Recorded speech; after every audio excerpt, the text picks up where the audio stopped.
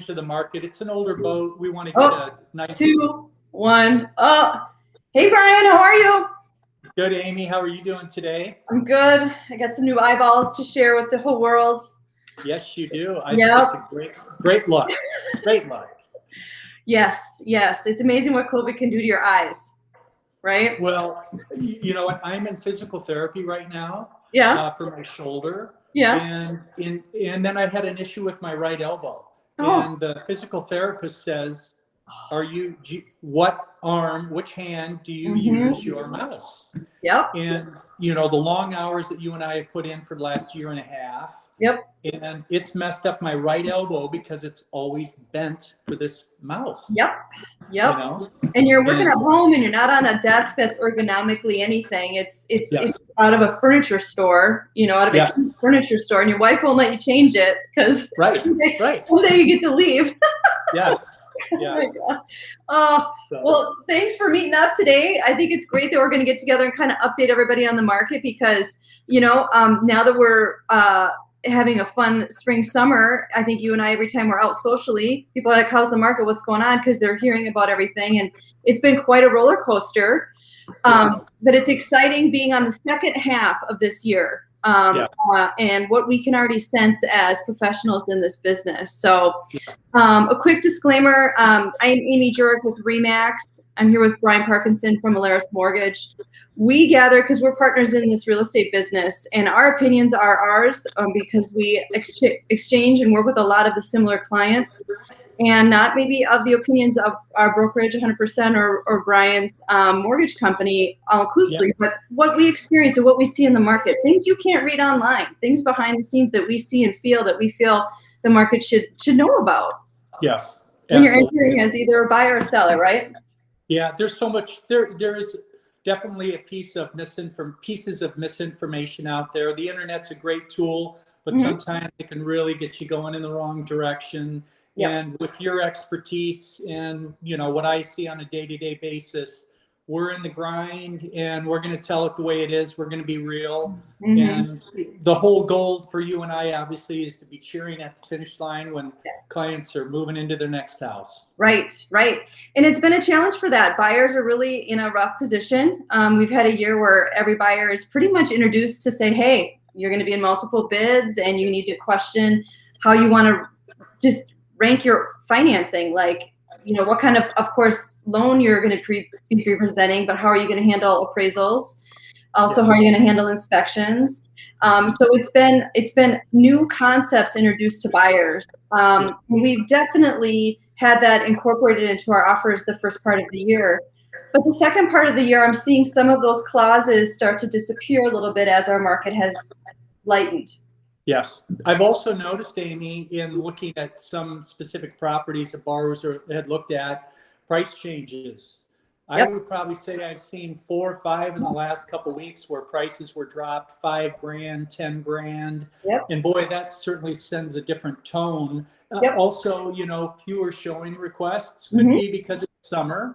But with that, those that have been waiting and trying to get into the market, this could also be a very good time to get rolling, because I'm sure, Amy, do you have any idea what percentage of buyers try to get into their home to be positioned for the following school year because they have kids? Oh, yeah, it's huge. We're a bit seasonal in Minnesota because of our climate, but we also follow such a cyclical calendar year for the school year that hinges all lease arrangements and buying and selling. So we see such a huge amount of business from February to July, and we usually cool here the second part of the year. So that's great. It can usher in those buyers that don't have those school deadlines, which is great, and are okay looking at homes in the winter. I mean, there are things you can't see, you know, the roof or the landscaping, and I know that that's a risk. I get it, but you might be competing with less buyers if you do that. Yes. Taylor, my oldest daughter, bought a house in South Minneapolis a number of years ago. And it was kind of hilarious because first-time home buyers don't know how to do anything on a house. Bought a really nice, solid home in Diamond Lake. And when all the snow melted, oh God, the forestry that came up, it was unbelievable. But, you know, you just educate them and say, hey, guys, you got a great house. We can fix this. Let's do it. Oh, I know. But I love when buyers send me pictures in after the thaw, and they're like, "Oh, wow, look at all these." You know, maybe hopefully it's a good thing. It's a beautiful landscape or whatever. Sometimes it's not pretty. yeah, sometimes Right? it isn't, for sure. Right, right. Yeah. Oh my goodness. Well, the market is still strong. Is still strong. You know, we're breaking records on the amount of units that are sold in the Twin Cities market, and we're really our association is kind of taking numbers and comparing this year to 2019. We kind of skipped 20 because it was such a question mark for I think any business, but you know, our buyer activity is up 2 to 3 times, but our listing inventory is down 12% right now to July of 19. So why are there not enough homes on the market, right? Yep. So that's a good question, and there's a couple different ways to look at it. Mhm. But as much as I love my low interest rate, and I love all that, but you know, a lot of people refied and reinvested and decided to stay in their home. Yep. And that is a huge part of why we don't have a lot of inventory. Yeah. We're also certainly feeling the effects of the Great Recession when building stopped for many years. Population growth continued. Builders, many of them shut down entirely for several years. We're so far behind in new construction. Yep. Obviously, you and I live south of the river. The amount of construction that's in Lakeville, Farmington, Rosemount is unbelievable. Yep. But also with that, you see, you know, rising costs of lumber, $30,000, $40,000, $50,000 more than what it maybe would have been a few years ago. Yep. I had a client that closed in Lakeville. His appliances were ordered months and months ago, Yep. and he had to close without them. Yeah. Because Warner Stellians got an issue because of computer chips or whatever. Yeah. And but they need to get in that house. But they need to get in. Yeah, I love an existing house that has great bones, you know, great neighborhood, but the pickings are a little light, for sure, no doubt. Yeah, absolutely. Yeah, you know, we really didn't build at the rate we should have for 10 years. Yep. Yeah. Basically, 10 years we were not doing what we should to keep up on population growth. Yep. You know, we all know there's material shortages in our industry, all industries. Talk to anybody, they can't get the widget to make the thing, to build the thing that they sell either. So I wonder, you know, if we will see another bump in our new construction market again. I know some builders aren't even quoting. Some of those smaller guys, you know, the ones that build a house a month, you know, the local smaller builder. You know, I know a lot of them are just like, let's just wait this out because they can. Yeah. Right. But I'm wondering what this effect will be, you know, 10 years from now when we're sitting here still talking about the market, like what that will be, because we will have a slowdown. We can't help it. We can't get the materials. Yeah, it's interesting you mentioned that. I was talking to a past CFO of a small builder south of the river, and he was mentioning, because he's retired now but kept in touch with the company, and he couldn't believe how many canceled contracts they've seen as prices have continued to go up. Yep. And I mean, we're talking multiple transactions where this builder's had new buyers, you know, that canceled the transaction because the costs just kept rising, and they said we're out. Well, and most builders now, when you sit down and you pick the plan and the landscape and all the interiors, it's a huge disclaimer. They cannot hold those prices. They will increase. How many times? Don't know. Yeah. So cancellations is such an interesting topic because as our market has been so strong this year, we also have seen the highest amount. I think it was 17% of our transactions were canceling. Wow. Yeah, really high number. It's not reported. Huh. Because, you know, it didn't close, right? So I'm a listing agent, I get an offer. Well, something goes weird, cancel. Okay, now take the next buyer. Okay. Yeah. I swear half of my listings this year, I've sold it a couple of times.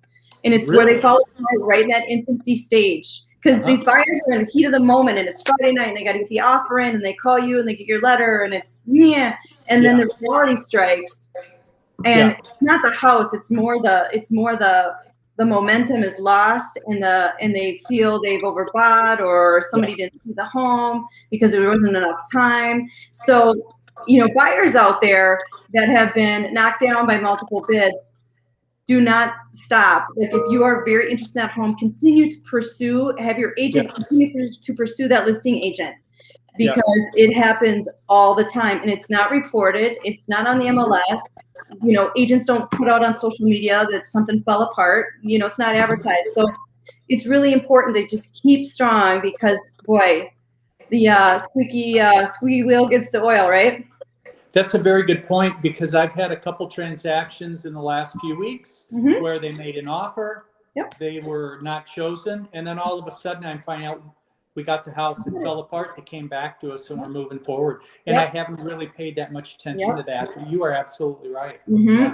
Yep. So a good listing agent's gonna, you know, get 4 bids and take one, but keep in communication with a couple of them. You never Yeah. know. And agents are like, I know, you never know, because, and with the lack of inventory, for that buyer to find a new home in the next 5 to 10 days, might not happen. So they're probably still out there. So I want buyers to not lose faith, because you might get picked up in the second round. Not that you're a bad buyer, but there's just so many good buyers. I mean, the terms are so strong, right now. So, all right, go ahead, Brian. Oh, yeah, I definitely feel like for the current buyers that have been in the market trying, pursuing for the last 4 to 5 months, definitely feel like the winds have changed a little bit for them. And for those that have been discouraged because only the 20% down or the cash offers were happening, I'm getting down payment assistance loans with very little money into the deal, or 3% or 5% that have been accepted over the past month, where we hadn't seen that previously. I feel there's a little bit of a shift, a little bit of opportunity here for those first-time home buyers that maybe have been stressed out and frustrated for the last several months. Yep. I think we're coming into what, as you mentioned, we're going to have, I think, a very strong end of year and good opportunities for these buyers, maybe with lower down payments. Yeah, they might, right? I mean, they can shine in other categories. Like, I see someone that'll give maybe a 5% down purchase. That's still great, right? Yes. Maybe absolutely. they want it so bad, they'll do like a high earnest money. Buyers are removing the home inspection contingency. That's alarming. Yes. It's a little bit of a concern, but that is their choice. And really, it's been something only that's been very common in our purchase agreements for the last 25 years. There's many years where people didn't do them at all. So, any buyer out there, if you choose to not make it a contingency, at least still do one. That's the point, is to be educated. So I'm seeing that turn coming back to the table. I want to do a home inspection, and I'll get it done quickly, and yay, I think we all feel better about that. And I'm not seeing as much escalation clauses as I used to, like I did in the spring. Yep. I've seen them go on the wayside a little more than before. Yep. So that's good. It's kind of, and then it's almost easier sometimes for that seller to understand. Escalation clauses kind of confuse them sometimes. So keeping things simple is sometimes the way to win too. So I think this is going to be a great fall for buyers. I mean, rates now dropped, right? We're looking at a 30-year fixed rate. If you got a 740 middle credit score, you're at 2.625. I'm sorry, 2.75 with reduced points. You could buy down to 2.625 if you wanted to pay a full 1 point origination fee. That's the cost to buy the actual rate. But yeah, rates are phenomenal. They spiked up a little bit, February through March. Mortgage rates jumped. In a day, I saw rates jump 0.25%. There were some other changes that happened about 2 months ago on investment properties and second homes. Those rates jumped. Now, investors are having a heck of a time, because basically Fannie Mae and Freddie Mac, they're the rule makers of all mortgages, and they buy mortgages from banks and lenders. They basically said, we don't want any more than 7% of our entire portfolio to be in investment properties and second homes. So we saw rates on a investment property, if you have 20% down, that rate is now 4.5%.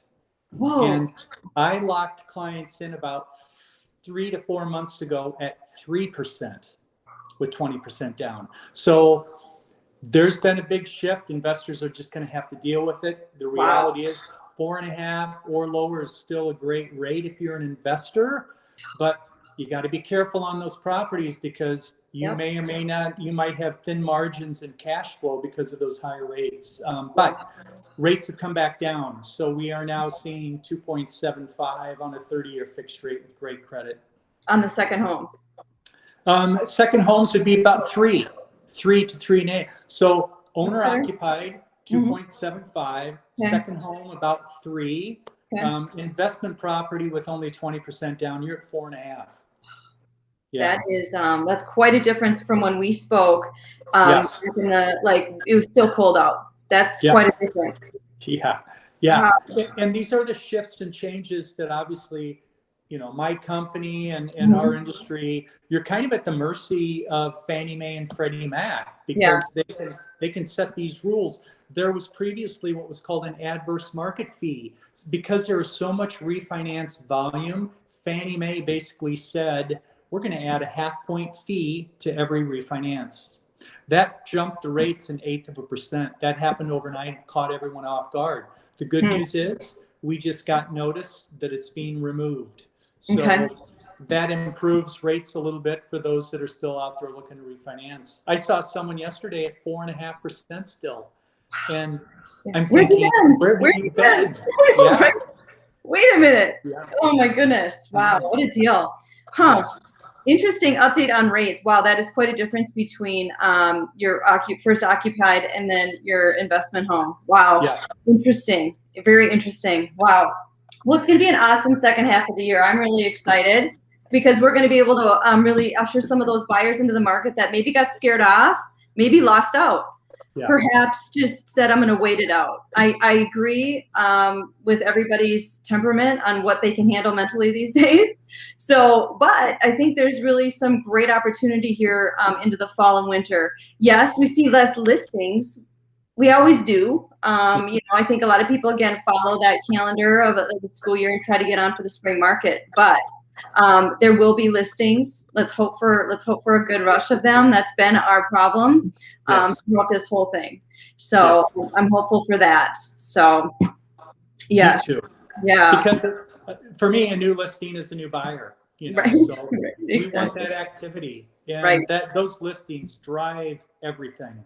They do. It is really something when I activate a new listing, the calls and the worms that come out of the ground, like, holy cow, all these people and all these calls and all these agents, like, they're just waiting in the bushes. It's really interesting. Well, I tell you, Amy, one thing I just want to share to kind of, you know, reinforce all that you do.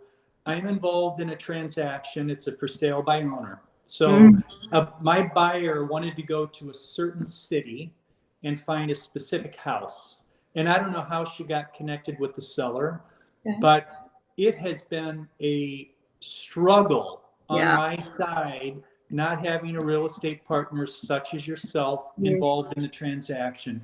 If consumers had a clue with all of what you do to make sure the deal moves forward and all the things are handled, the missteps that have happened in this transaction, it's just unbelievable. And it really magnifies all that a great real estate agent does. So my shout out to you out, you know, and all those buyers out there, you've got to be working with someone like, you got to work with Amy, obviously, because what they do, you know, and there's a lot of news ads out there for, you know, different real estate companies to use, but there's a lot of corners being cut, and it creates a whole lot of turbulence. So shout out to you. Thank you. You've got to rely on Amy for your real estate transactions. It's an interesting thing. It's amazing how much stress that, you know, us agents go through. I mean, it looks good on the outside, right? There's a lot going on under the hood, and it entails a lot of stress. And we try to harbor that stress and not have our clients take it in. So it's an interesting profession. And buying directly from a seller, that's tough. And I know it costs dollars to work with an agent, but boy, it's nice to have a partner through the process. That's the plan, no matter what it costs, no matter what's going on in life, to have a partner through it is really, it's key, you know? Hire the professional.